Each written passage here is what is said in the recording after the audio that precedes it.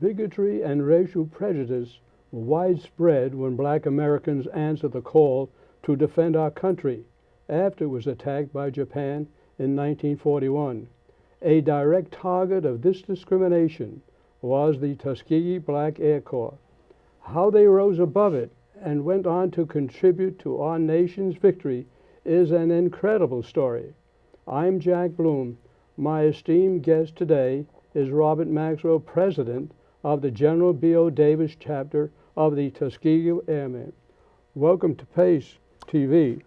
It's a pleasure to have you on our program today. Thank you. And I'd like to start off and ask you about when you were a little bit young and how you got involved in the air. I understand that you liked the flying at a very early age. Well, I was very much interested in aviation Mm-hmm. and also in engineering, in things mechanical. Mm-hmm. So those were the two areas that I focused on Right. when I was young. Right now, you graduated the CCNY and as an engineer. That's right. That was a wonderful school, as I recall. Very good school and tough to Tough, get through. and you had to compete to get in. You had to take an entrance That's test, correct. right? Oh, absolutely. So after that incident, now you had the background as loving the air. Is this why you decided that the Tuskegee would be something that you would go for? Well, I think that what happened was that we were involved by the time I graduated, in the war effort. Initially, I went to work as an engineer in the defense industry, Mm-hmm. but then the opportunity for pilot training at Tuskegee Mm-hmm. presented itself. Mm-hmm. How did you find the Tuskegee? Was that something that was a known organization for you at the time, or was it recommended to you at the time? Oh, well, we all knew about it. Mm-hmm. Just to talk a minute about how it came about. Yes. Prior to World War II, blacks weren't accepted for pilot training Mm-hmm. or training for any leadership Mhm. positions. But under the pressure of the war, needing to get all the potential participants in the war effort and the pressure from the various civil rights organizations, the War Department decided they had to do something. Mm-hmm. And on one hand, they didn't want to train blacks with whites. Integration. Yeah, the segregated people that Mm-hmm. favored segregation wouldn't permit it. So what was their solution? To set up a separate but equal Mm-hmm. training base just to train black pilots. Mm-hmm. So they started this in 1941, Mm-hmm. and young black men came from all over the country. Now, how did they accept you? I mean, was the competition when you got there? Oh, it was the process was one where you went through a series of examinations, and I think the process was the same, whether you were black or white. You went through a certain required admission, and then were accepted for training.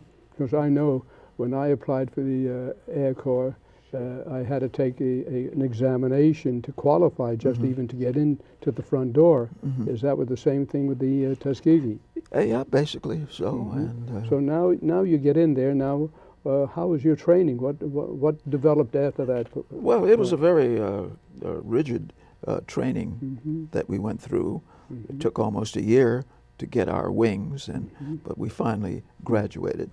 And during this time, the training started in 1941, and between 1941 and 1946, there were 992 pilots that were trained at Tuskegee Army Air Base. Now, when they finally went overseas, and from my understanding, they did not assign them quickly enough to do the escorts to the bombers that were making the raids in Europe.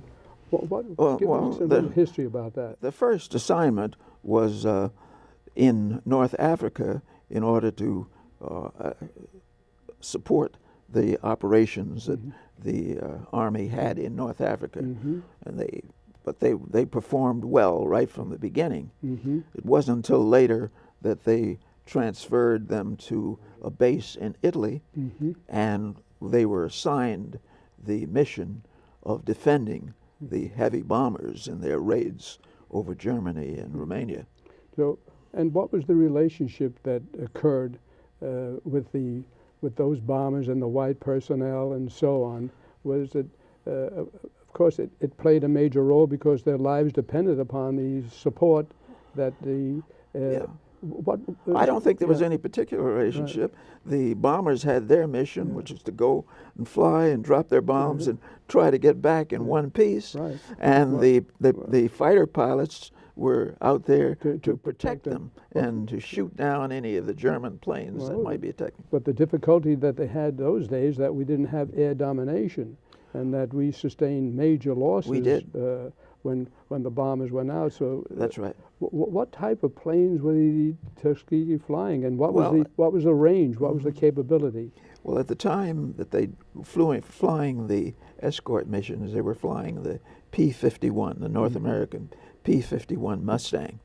And actually they modified the Mustang to be able to carry wing tanks so that they had a range of 1,000, 1,500 miles, so that they could fly with the bombers all the way to the target and still have enough gas to get Come back.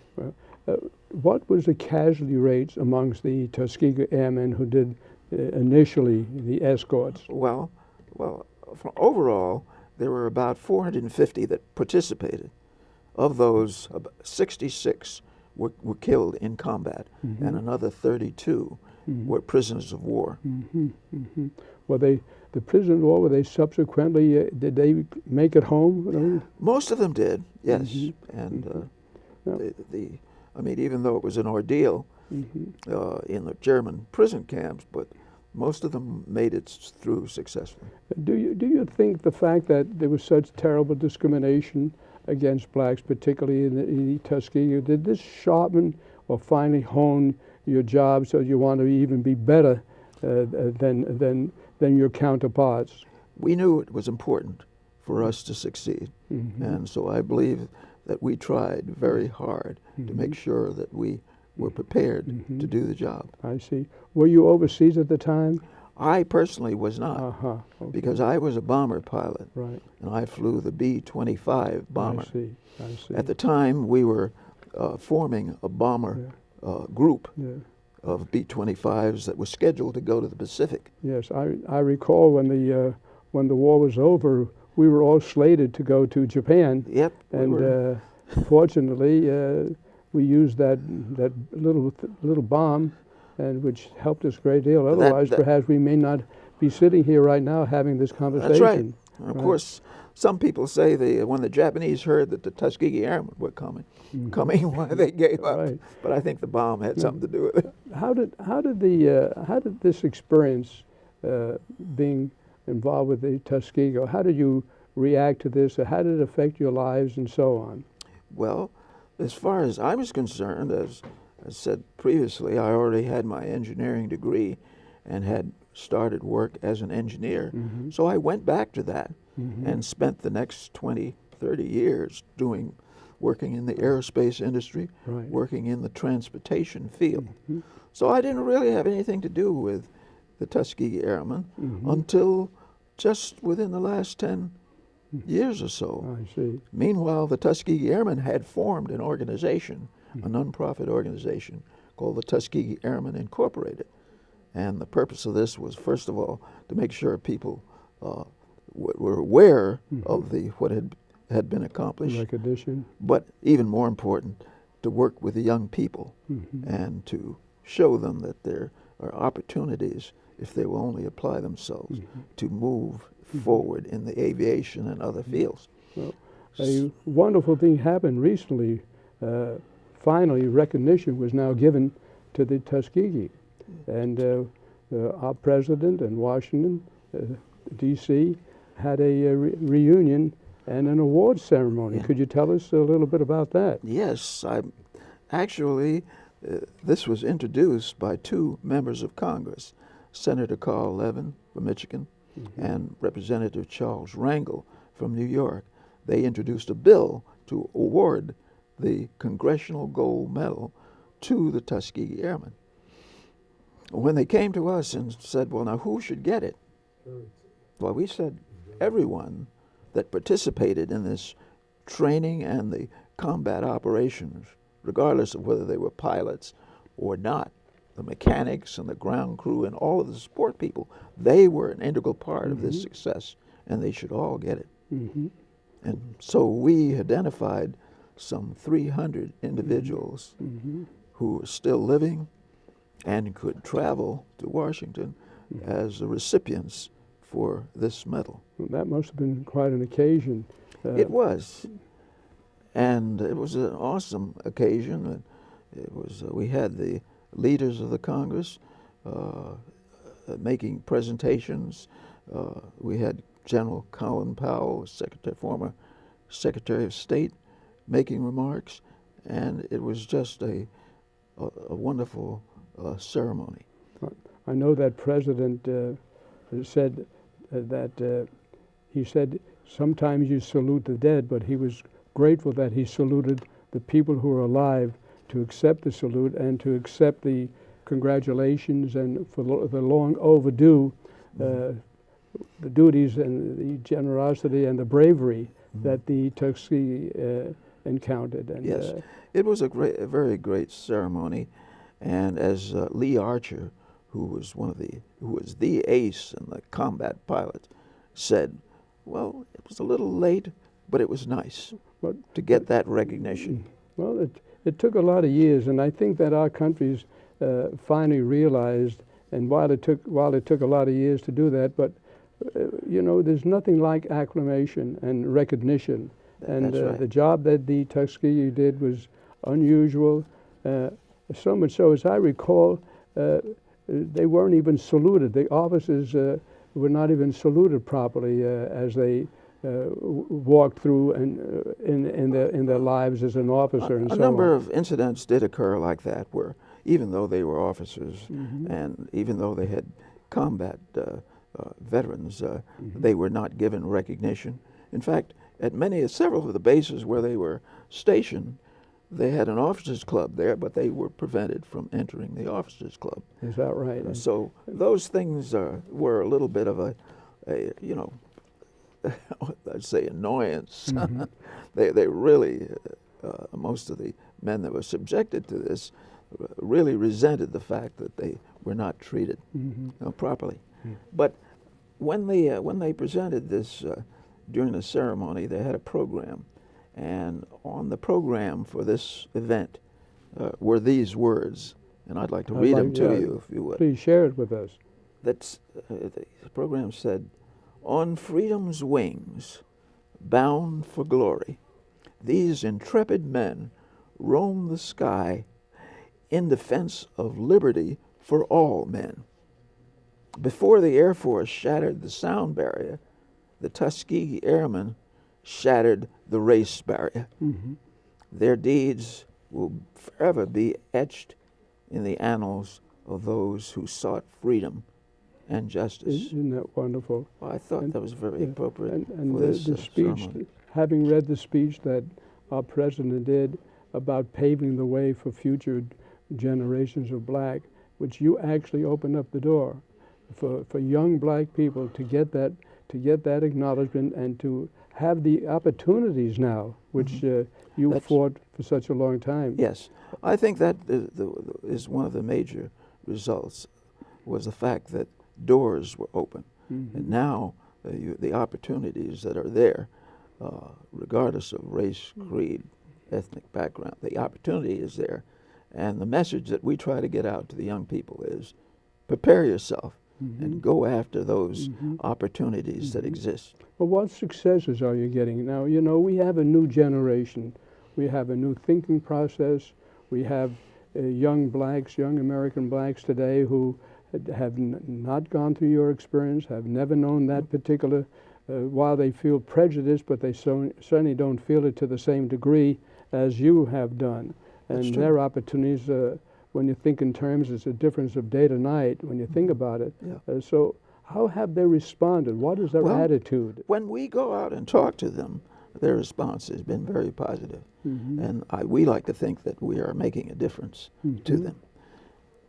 Just today, there's a news story on the wires of a young black man, 23 years old, who is flying solo around the world. He's started here in Florida. He's from Florida and flew over Europe.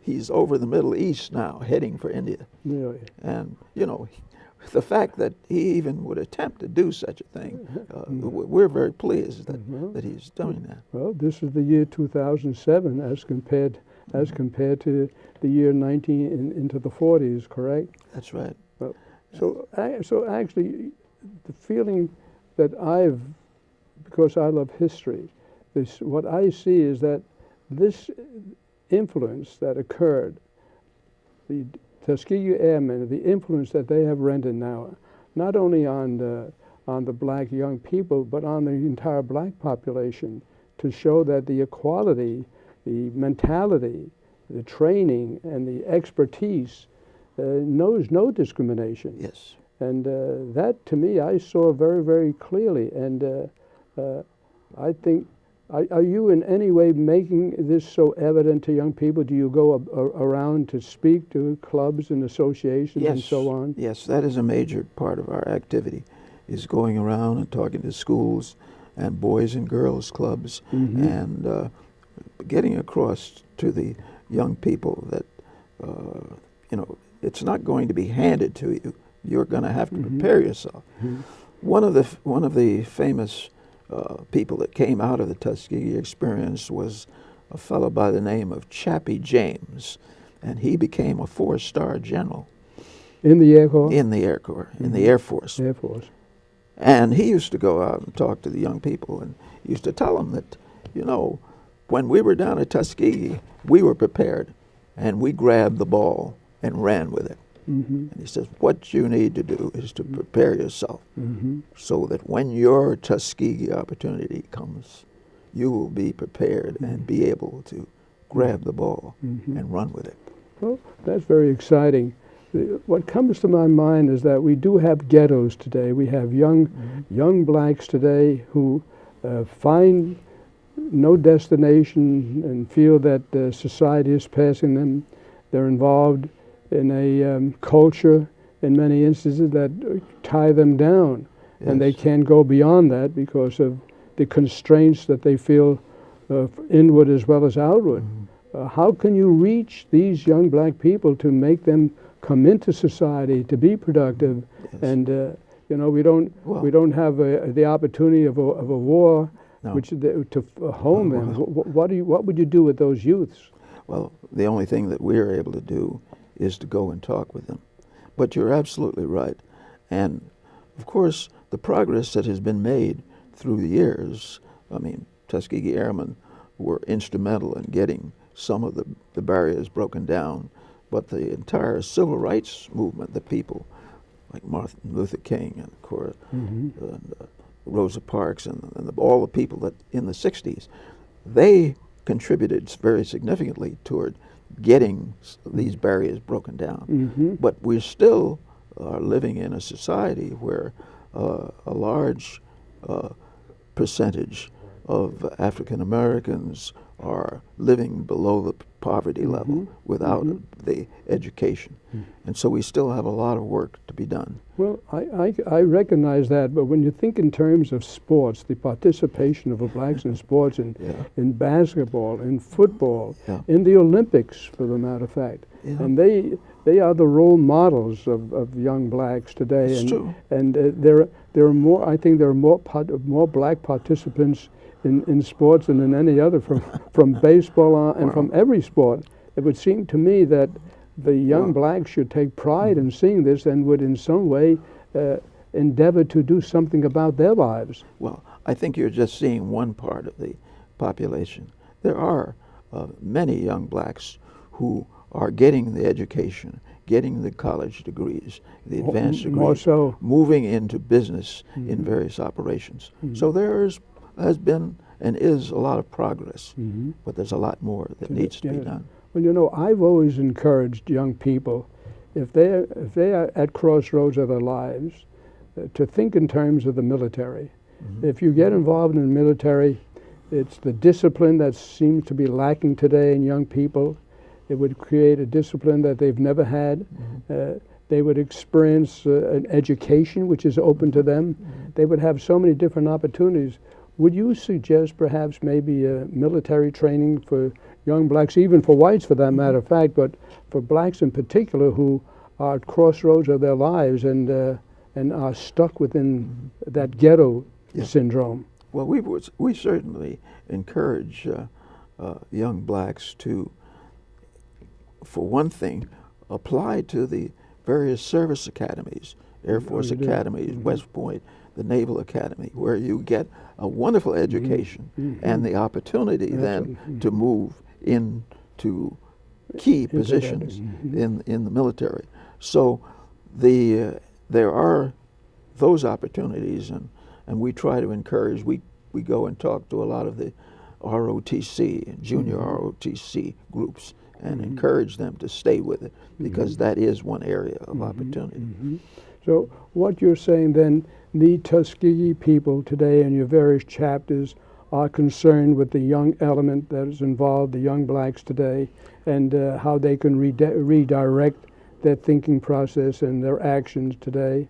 We are very concerned. Is this goes on through your entire chapters at this point in time? I think we're very concerned. And the various the Civil Rights Organization, the NAACP, and the Urban League are also very concerned about our young people and trying to get them on the proper paths. So that's our challenge today, is to try to do what we can to do that. Well, I think the awareness itself is great.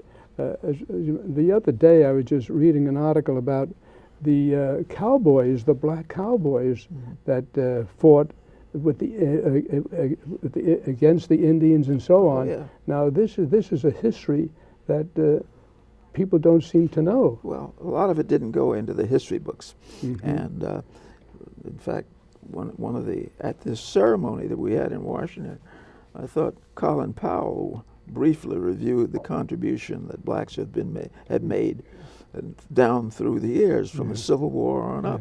And when Teddy Roosevelt went up San Juan Hill, he had black soldiers there supporting. They were part of the Rough Riders. That's right.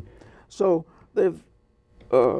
African Americans have played an important role in every war that this country has fought, and are playing an important role now today. But there's a lot of room for improvement, of course, increasing that potential. I think that the emphasis, history, you can't rewrite history if history was made already. And I think that if the young blacks today knew its history, I don't think they know the Rough Riders, the blacks that participated. I don't know whether they know the accomplishments, other than the fact that they feel in some way insecure. And I think history itself is well worthwhile learning. And if I had anything to do with the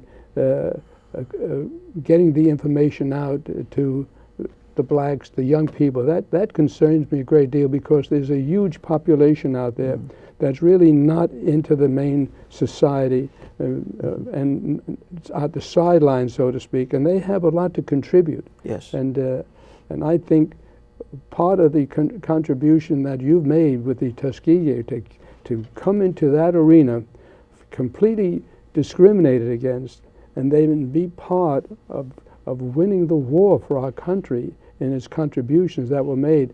And that in itself should be so prideful to young people. And I don't know what else you can possibly do than to get that message out. And do you think that it's going on deaf ears, or do you think that you're making some form of an impact? I think we're making an impact. I think we are influencing them. But there's a large number of young people out there, so we've got a long way to go. Yeah. Well, do you think that you should have more representatives that go into the inner cities to articulate this message? Well, you're asking, what is the solution to this problem? I don't think we can come up with it in this short I don't think that discussion. we can do it here now, but I've often felt, because I love history, and you can't change history, but you certainly can utilize that history to take a lesson, both good and bad, of what it has to offer. And I think that's very true. And when you think of times of the Tuskegee and the men who came out, and what did they become? They became doctors and lawyers and scientists. And people, also they serve their communities in various ways. The mayor of Detroit, the secretary of transportation, the borough president of Manhattan. Absolutely. They've contributed significantly to their communities. Now, how we can get the great majority of the minority youth working towards those ends. You can only use that as an example. We have a limited amount of time now.